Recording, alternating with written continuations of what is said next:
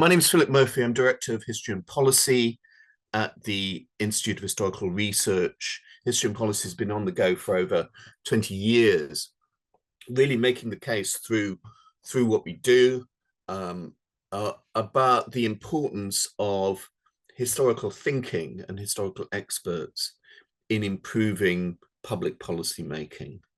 And I'll talk in a minute about the sorts of things that we do and actually how you might be able to get involved in what we do, because we rely on our community of historians. About 500 professional historians have written for us or been involved in our events in the past. And we provide a sort of bridge between our community of historians and the policymaking community. But before we get on to the sort of practicalities, I just want to say a little bit about the kind of theory of historical engagement and the whole idea of sort of learning from history. So let me just get in and okay, let's start with the objections. In a sense, we all know at a theoretical level why the whole idea of learning from history is so problematical. And this is from something that was published by one of my colleagues at History and Policy, Simon Streeter, and some of his colleagues a few years ago. And it sets out, some of the obvious objections. Historical events are, in their nature, unique. They're not repeatable. They don't repeat exactly, and therefore, it's often quite a stretch to work out how they might inform future actions in completely different sorts of circumstances. Even if it was possible to draw lessons for them, and I'll come back to this point in a minute, elaborate political plans almost invariably run up against unexpected and unforeseen events. And thirdly, to say that people who think historically make better policy runs up against your Hitlers, your Stalins, your Pol Pots, who were certainly historically minded in their own way, and created some of the most murderous and oppressive regimes in human history. So let's get all of that out of the way, and also the practical problems, if you like. And I'm going to use a quote from a series of case studies, and you can see these if you want to read them at greater length. They're quite interesting on our History and Policy website. They were produced by Dr. Christopher Knowles, who interviewed a number of policymakers from different departments or even NGOs and historians about the engagement process and what was learned from it. And this is an interview with Sir Stephen Wall from the Foreign Office, who actually does see great value in historical engagement. But Stephen says you've got to think about the day-to-day work in the department, where people are drafting submissions to ministers, answers to parliamentary questions and answers to letters and so forth. It's a bit like asking someone who's on the production line to think about the history of the motor car, right? And this, in a way, is the dilemma. One of the great values of historical engagement is getting ministers and officials to get away from this immediate kind of crisis management mentality and think about what they're doing in terms of much longer perspectives of policy development, and see where that leads them. But by the nature of their jobs, they don't really have time to read. They certainly don't have time to read thick volumes of history, and indeed thick volumes of official history. Uh, so what we have to do is to kind of convey some basic messages in ways that they can absorb within their own time frame, and which are indeed timely. One of the great problems of historical engagement is that the academic publishing process is such a prolonged one, that by the nature of the thing, once you get a piece out, maybe if it was timely at some point in terms of what's happening in the news or the world, it ceased to be so. And this was, in a way, part of the rationale of history and policy. It was founded in 2002, really around this newfangled thing, the internet. So you could actually bypass the prolonged academic publishing process and just get something up on the website within a matter of hours and hit the news cycle. And that's been really important to us. But there's a final thing to mention, and that's another kind of element of skepticism from the historical community about dealing with policymakers. Historians are not powerful people. Policymakers often are. When people who aren't powerful interact with people who are powerful, there's a danger that the gravitational pull of power can override their professional, their moral values, if you like.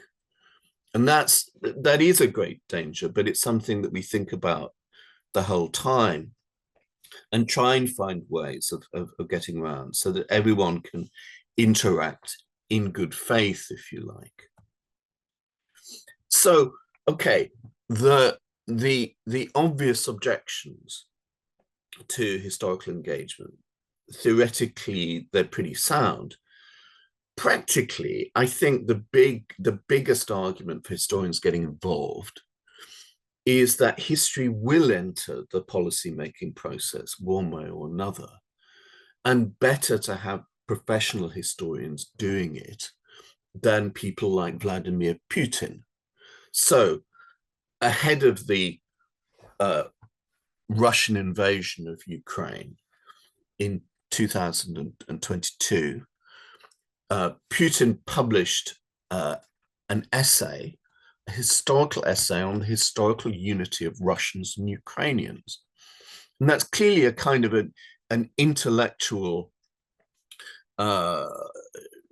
first wave of an attack on Ukraine, preparing the ground, saying actually this isn't an invasion; it's just sort of restoring Ukraine to its proper historical position.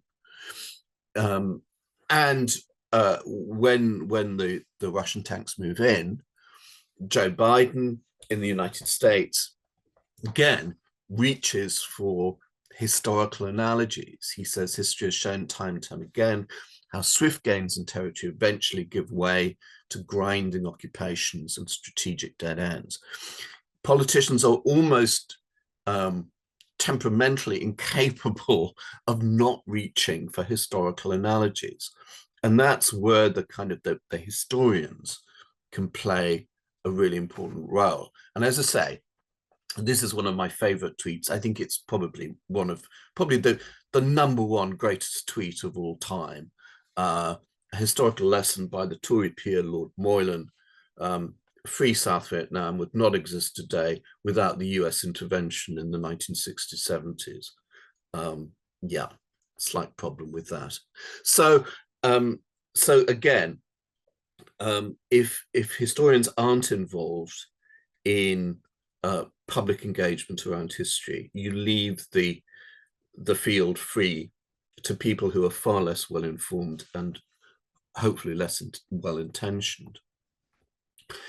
And what we're largely talking about here is historical thinking in policymaking. And again, this is how we can help.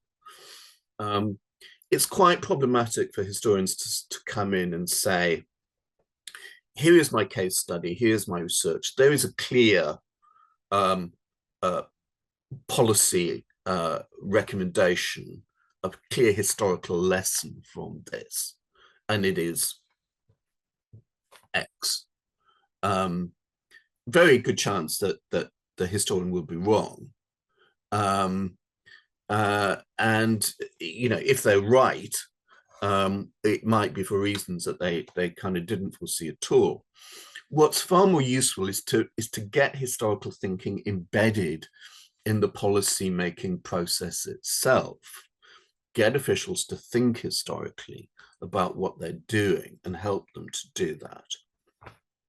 And two of the sort of major sort of recent works on this in this field of applied history, the classic one from the 80s, Neustadt and May, Thinking in Time, and a more recent piece by my history and policy colleague Alex Green, really attempt to do this. And I'll explain a couple of ways in which they think this through. But first, I mean, again, before we come to Neustadt and May, what are the three big questions historians ask? I think they are as follows. When they think about an issue, it's firstly, what is it? What am I writing about? What is the subject?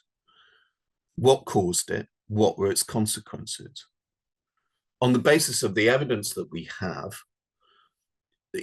when historians stray much beyond those three questions, they get into all sorts of problems.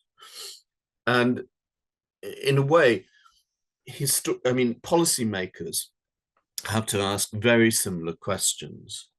And again, Neustadt and May set this out. First question is, what is going on? What analogies occur to us or are likely to occur to others about what is going on? In terms of our analogies, what are the similarities and the differences in the current situation? And are analogies self-serving and therefore misleading?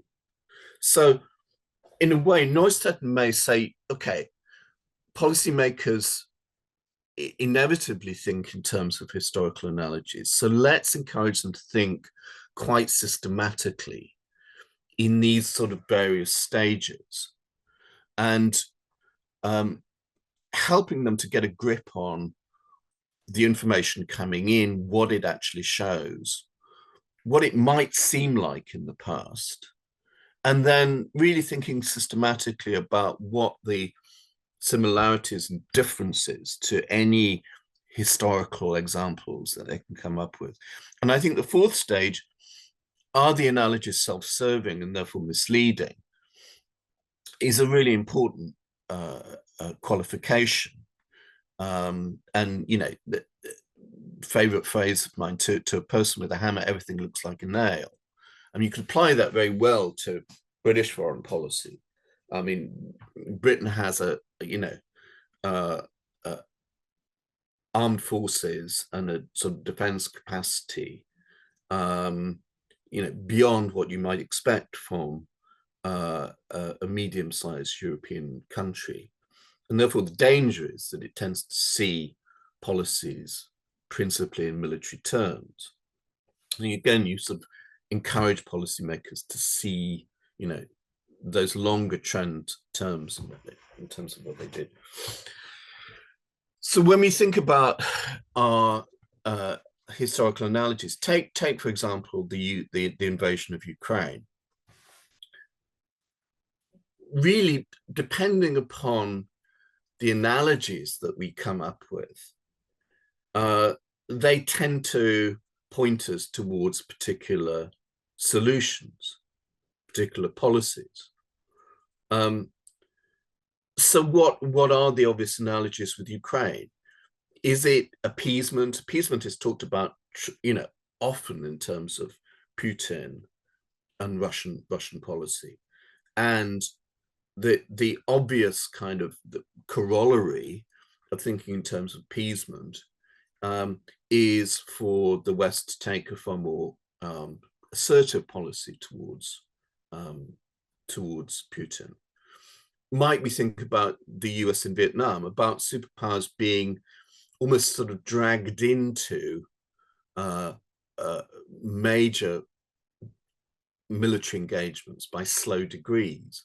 Might we think about the great powers in 1914, about, again, the major powers of the world being pulled into war, almost without noticing it, through a series of small decisions which add up to something huge? And again, if you take the 1914 analogy, you will end up with a completely different solution to the appeasement analogy, and perhaps much greater caution.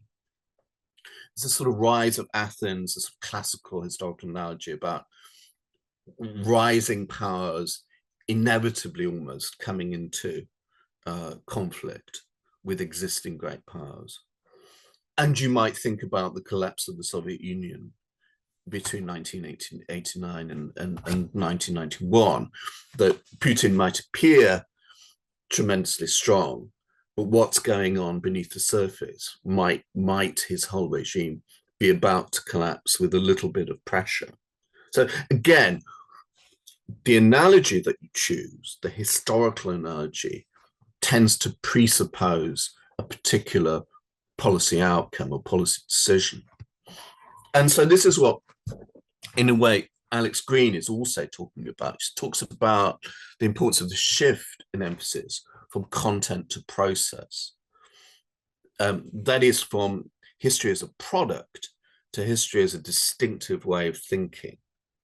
And rather than focus on defining and providing evidence for policy, we need, I suggest, to proceed on the basis of history's affinity with policy. So, you know, if policymakers are thinking in terms of historical analogies, perhaps historians can help in providing analogies that are precise and effective, and pointing out the differences, perhaps, between the current situation and the analogies that policymakers come up with.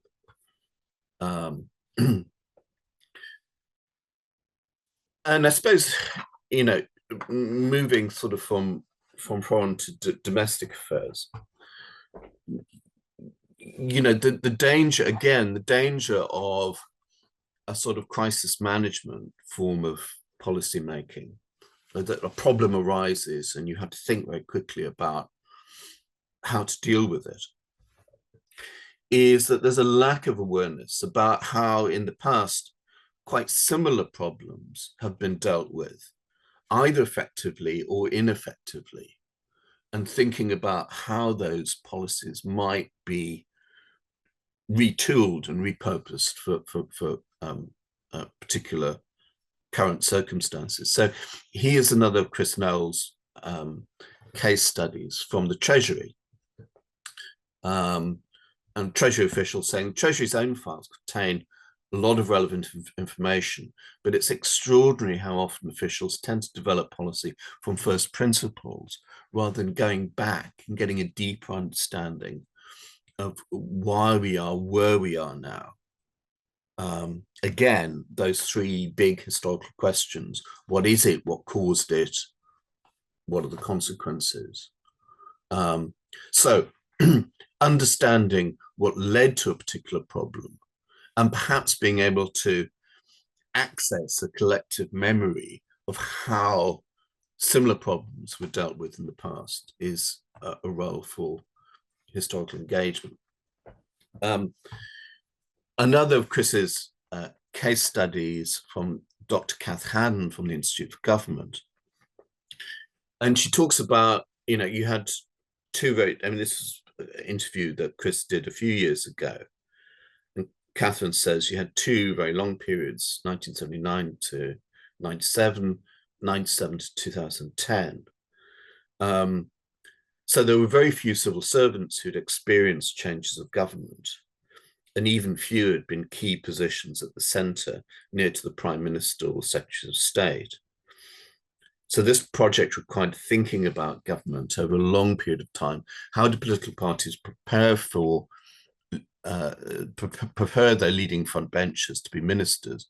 How does the civil service prepare for what will happen when you've got a new government suddenly coming in? As I say, that was an interview done a few years ago, but a very similar accusation is being made against the Starmer government now, that they, many of them, most of them, didn't have any experience of government when they sort of came into power in the summer of 2024.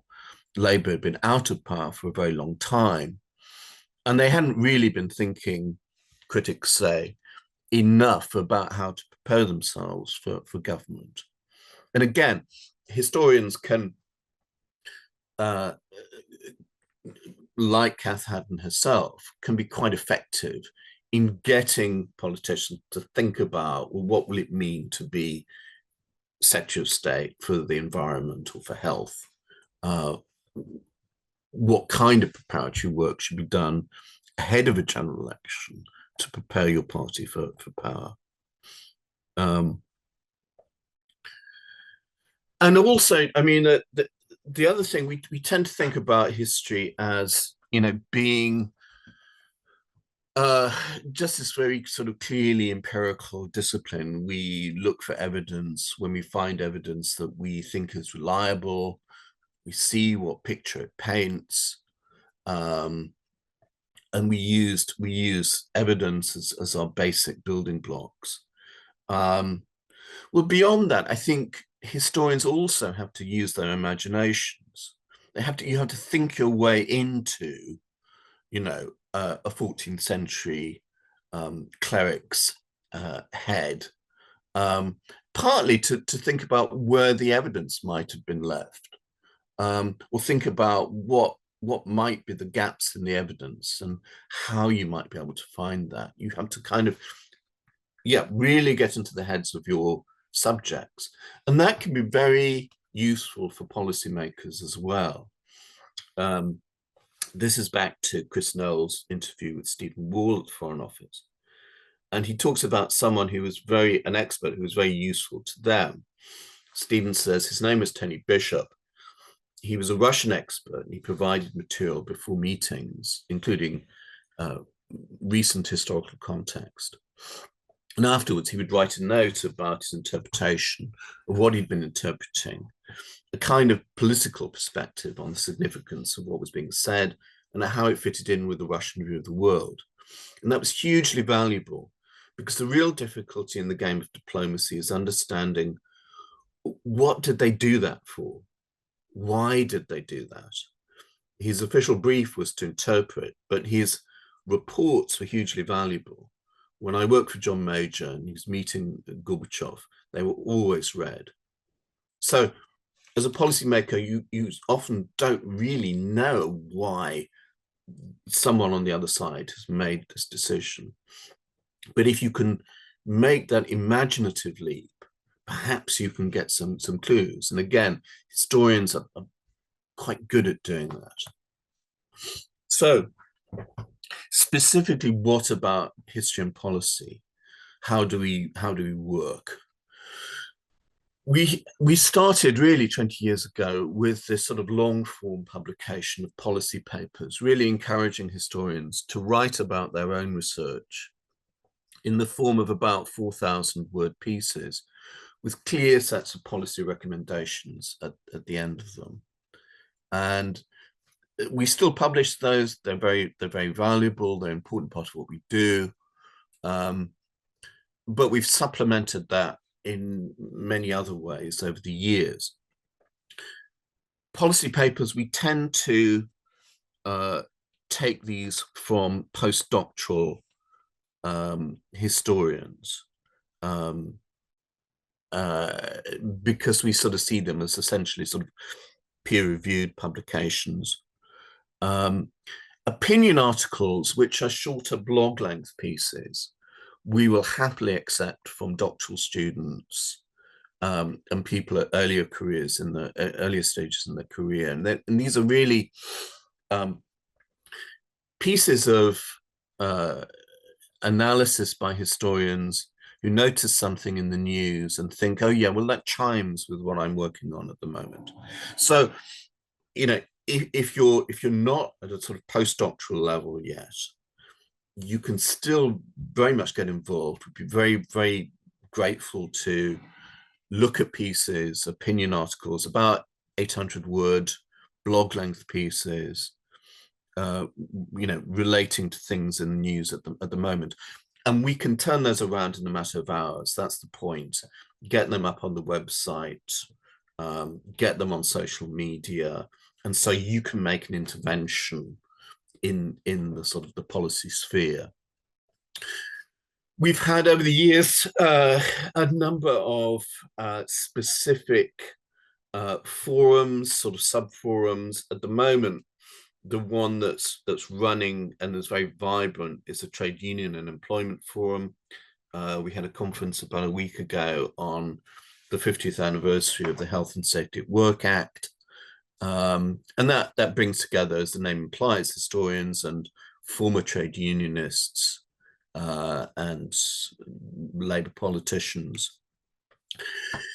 Increasingly, we do dedicated historical engagement seminars with a variety of British government departments. We've had a long-running series with the Treasury. We started a new one last year with the Ministry of Justice. We started a new one this year with the Department of Housing, Communities and Local Government. And we've got two new ones starting in 2025, one with the Ministry of Health and Social Care, and the second with the Department of Science, Technology and Innovation. And again, we tend to kind of source sort of postdoctoral historians. But if you are working on a PhD, which is very close to the things that we're interested in exploring, you know, you you know, we may well kind of be in touch if we know about your work. So with the Housing, Communities and Local Government series this year, what we do is we have panel discussions for historians on each panel, online seminars on a topic chosen by the department itself, which is really important. They come to us and say, we're interested in house building, local government, homelessness, community relations. And those discussions are quite sparky and you know, a little bit edgy at times, because you know, historians and policymakers often have very different worldviews, but I think everyone tends to regard the dialogue as useful and interesting. And I think that's going to be an increasingly important part of what we do and how we operate. And then we run a wide variety of public events, seminars, workshops, conferences, including at the moment a series with the Foreign Office historians on official history as an art form.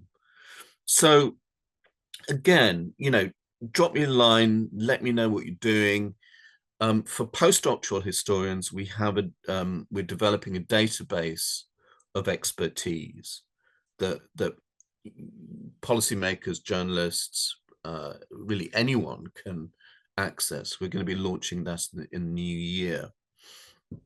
But again, if you're maybe just starting a PhD and you know you think the work is policy relevant potentially, just let me know. And what is policy relevant? Let me just give you a few examples quickly of some of the things that we've published in the past. And again, this sort of comes back partly to analogies. So when the COVID crisis was on, a lot of people were talking about this being a little bit like the Second World War, spirit of the Blitz, etc., etc. And we published again, which is one of the features of our policy papers. Sometimes they're written by individuals, sometimes they're written by groups of historians. This was written by a group of historians, really saying, okay, you're using this analogy with the Blitz, but what are the similarities? What are the differences? What are maybe some of the things that the Blitz is interesting for at the moment, but you might not have thought about? So one of the things that the policy paper says is that actually the kind of predictions, initial predictions for what would be the consequences of mass German bombing were inaccurate, wildly inaccurate. So the key thing was that policy had to be flexible, it had to kind of change quite quickly to meet up with what we knew, and that turned out to be a good analogy for how scientific knowledge around COVID was changing very, very rapidly, and politicians were sort of struggling in a way to keep up. The other thing that I'm always keen to stress is that policy, history and policy engagement doesn't just involve contemporary history. We're always interested in taking pieces from early modern historians, from medieval historians, from people interested in ancient history. If you can make the case for why what you're looking at remains relevant, we're really interested in this, and this is one of my favorite pieces of the last few years. So we had Anna Mackay coming to us with a piece about her research on prison hulks in the 18th and 19th century, and how they related to, and this was 2023, to the British government's decision to house asylum seekers on barges, sort of floating asylum centres. And what was lovely about this is that as we were posting it, the policy kind of unraveled in real time, very much along the lines that Anna predicted. So she was sort of saying, well, look, prison hulks were seen as a sort of short-term expedient. Politicians thought they would be cheap, thought they would be popular. They were neither. And in fact, they ended up sort of hanging around for much longer than anyone expected. And, as we were posting it, the first asylum seekers were arriving on the Bivvy Stockholm and then being taken straight off. And it caused a sort of huge public row. So, your historical analogies don't have to be recent history. And another stuff, very recent piece by my colleague, Catherine Clark, who is a medievalist, and a lovely piece. And again, not maybe an obvious piece of historical lesson learning. But Catherine is a medieval historian. She takes great interest in AI and how historians can use AI techniques. And she's writing the hook really was a big AI conference in San Francisco. But Catherine is sort of saying, well, when AI becomes so advanced that in a way it matches or even exceeds human reasoning, what does it mean to be human? And are we going to, in the end, have a sort of a new kind of religious turn in history when we kind of rediscover the spiritual again as something that marks out historians as different from machines? And if we are, maybe medieval historians who study a period which is profoundly spiritual in comparison to ours might be able to help policymakers navigate away. It's such a lovely idea, and very attractive for a brief sort of blog style piece. And just staying with the spiritual for a moment, I mean, I think that this is sort of finally coming to an end, that what historians can probably do most for policymakers, which is a kind of radical doubt. You know the phrase, if you want to make God laugh, tell him her your plans.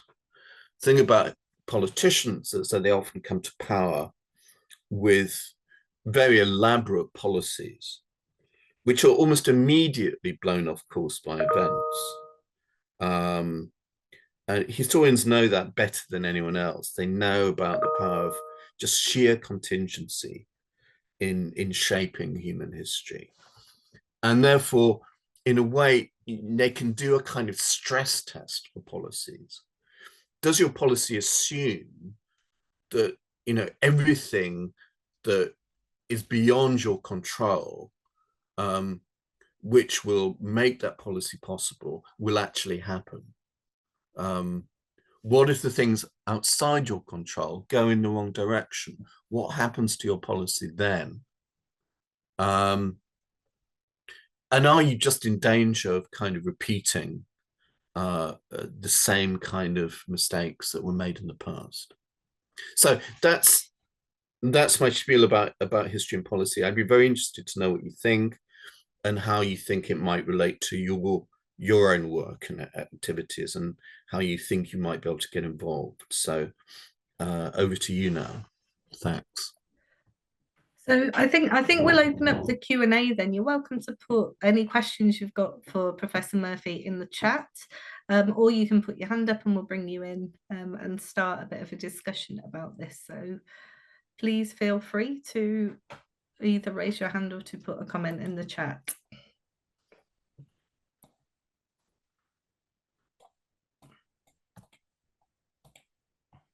Anybody? Okay, so we have a number of them coming through now. So Nicholas Brown is asking, should the favoured course be HEP in order of importance and not PPE? And sorry, I should say before we start answering questions that this session is being recorded. So if you do come on camera, please just be aware that this is a recorded session. Thank you. So should the favoured course be HEP in order of importance and not PPE? Could we bring the questioner in just to explain that a little bit more? Nicholas, you want to ask that question directly? Hello, yes. I was just wondering, a lot of politicians and lawmakers, civil servants and that are from Oxford and do the PPE course, politics, philosophy and economics. I was just wondering if they'd get a better perspective on the way policy should be working by covering history, economics and politics, with the emphasis being on the history and then economics and politics. Yeah, I mean, I think it's a really interesting question. I don't think we claim that historians have all the answers, and I think in a way one wants to kind of help to bring a variety of academic perspectives to government. That, you know, you've got sort of notorious examples of PPE graduates in recent years, sort of Liz Truss, etc., etc. But you've got plenty of historians coming into government, and one of the striking things is that, you know, the number of civil servants who are history and humanities graduates, and that's been a great help to us because there's actually quite a vibrant a sort of vibrant network of Whitehall history graduates who sort of, you know about history and policy and have brought us in. So I think that what you ultimately need is a kind of a variety of expertise and perspectives. I think the problem with a lot of these PPE graduates is that sort of like Cameron, like Truss, they kind of go almost sort of straight into the sort of research departments of the parties. They become SPADs, perhaps after a little a little period in the city, that they think in terms of sort of short-term political strategies, but not in terms of longer-term trends and policies. And that's how we can help. But you need, you need economics, you need philosophy, you need the hard sciences.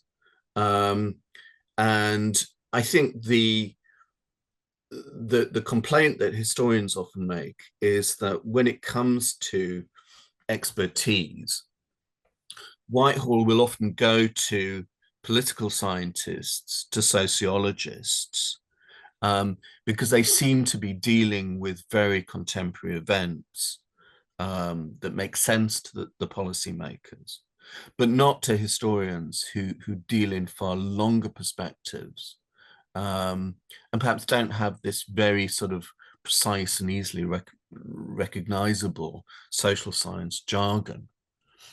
So it's an excellent question. Thank you. Yeah, I think that's an excellent point as well, Philip. Why history and why historians? And Yeah, I do feel that is very much part of what drives you, is always making the case for history and historians to be at the center of. yeah, and I think that the problem doesn't lie on one side.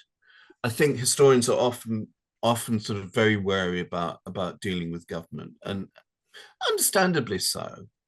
And I think to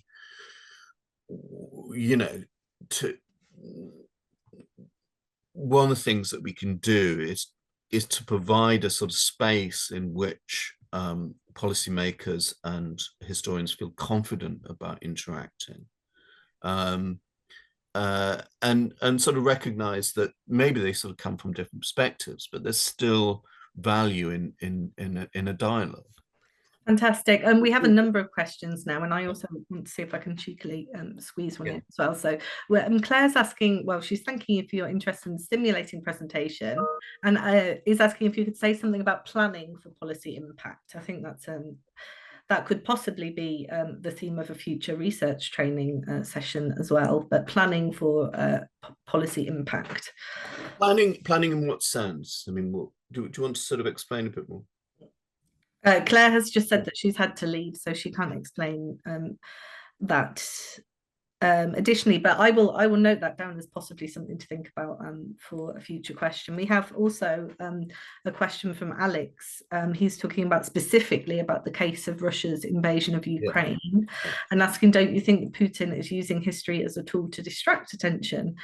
So in reality, it seems that he is primarily trying to maintain power within the country, and perhaps politicians often use history as propaganda to influence public opinion rather than drawing lessons from past experiences. And that does link into what I wanted to ask as well, because which is essentially the question that I think it's quite interesting that history and policy requests that the politicians themselves choose the themes, because there are many themes that politicians don't want to listen to or don't want to engage with and don't want to learn one. And you could argue in that case that potentially those are the themes that they should be listening to.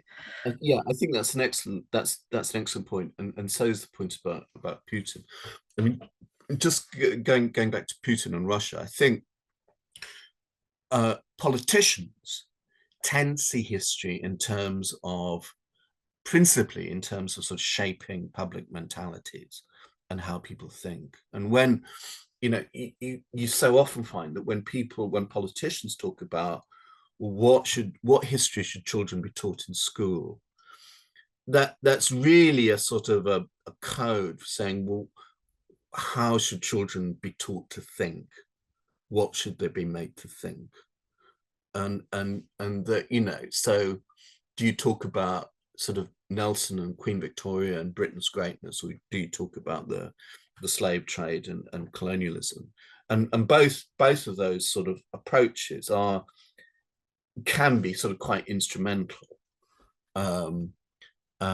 and historians are sort of interested in often in sort of subverting those kinds of national mythologies, of right and left.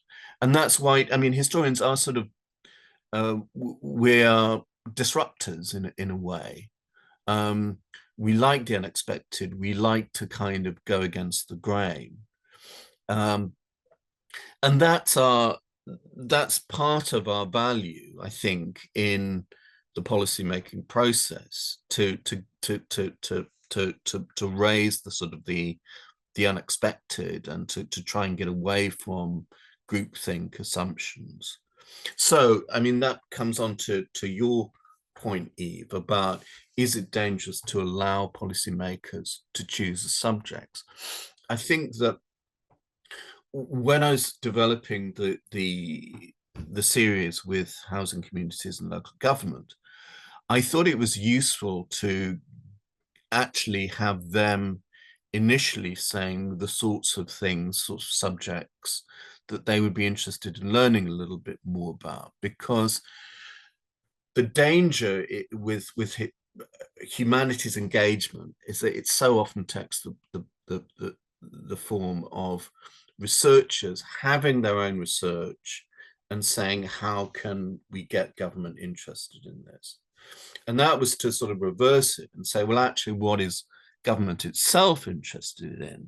And can we provide solutions to that? Which seemed a different but I think equally effective way of policy engagement. But I think that once those engagement series get going and get embedded, I think increasingly we will try and say to the departments, you know, have you thought of this? We think this is a really important subject. You should know a little bit more about that. And so get a two-way flow of ideas. Fantastic, and a supremely powerful position to be in as well. So Elizabeth is asking, we have 3 final questions in the chat, so I'm just going to take those due to timing. But Elizabeth has a question, which is, are the seminars, conferences or workshops well attended by policymakers and practitioners?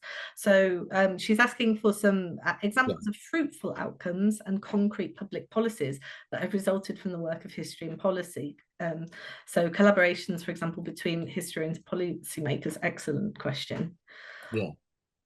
Yeah. I mean, so part of the point of Chris Knowles' case studies was to try and explore what that impact is, and you can read about the 2 recent ones up on the website from the Treasury and the Foreign Office. And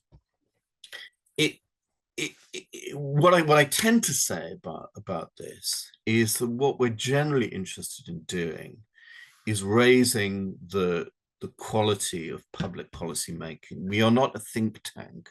We're not trying to kind of push particular policy solutions.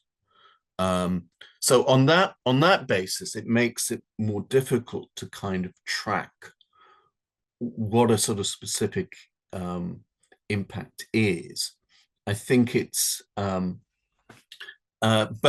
in terms of attendance, I mean, with the housing communities and local government seminars, we've had between 100 and 150 officials on the live calls. So the kind of you know, we're having a debate with them. We're not trying to sell them particular policies, but they certainly, you know, we're certainly having an attentive ear from Whitehall. I think that you point to one of the things that we need to do more of is to actually get the departments to evaluate, you know, the value of these things, and to provide us with some more metrics on that. So it's a really good question. Great. And we have 2 remaining questions then. One from Melina, which is, she's thanking you again for your presentation. I was wondering if you could speak to the potential difficulties of engaging with politicians who may feel less receptive to engage or collaborate with historians and historical thinking. How do you overcome something like this? And to what extent are these collaborations initiated mostly by policymakers or historians? Yeah, I mean, I think that it's more difficult dealing with politicians.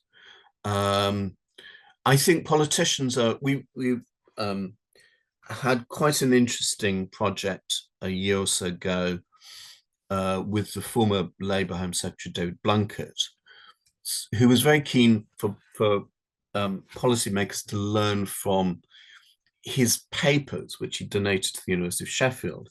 So we were thinking about ways in which those kinds of collections can be turned into learning resources, and we tried that out.